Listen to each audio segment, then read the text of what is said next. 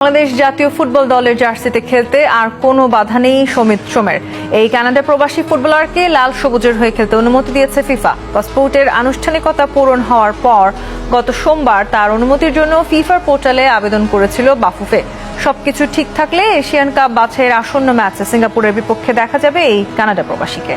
একে একে খুলেছে জটিলতার তালা। অবশেষে দেশের ফুটবলে আরেক তারকার আগমনী বার্তা।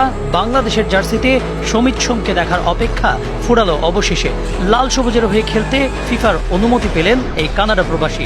কানাডার হয়ে দুটি প্রীতি ম্যাচে খেলা এই ক্যাভালরি এফসি তারকার পাসপোর্টের আনুষ্ঠানিকতা শেষ হয় গত সোমবার। সেদিনই ফিফার প্লেয়ার স্ট্যাটাস কমিটির পোর্টালে করা হয় আবেদন। একদিন না যেতেই মিলেছে সুখবর, জাতীয় দলের জার্সিতে খেলতে আর কোনো বাধা নেই সোমের। আসছে 10 জুন ঢাকায় এশিয়ান কাপ বাছাইয়ের দ্বিতীয় ম্যাচে সিঙ্গাপুরকে আতিথ্য দেবে বাংলাদেশ। সেই ম্যাচে হামজা চৌধুরী নিঃসন্দেহে সবচেয়ে বড় তারকা।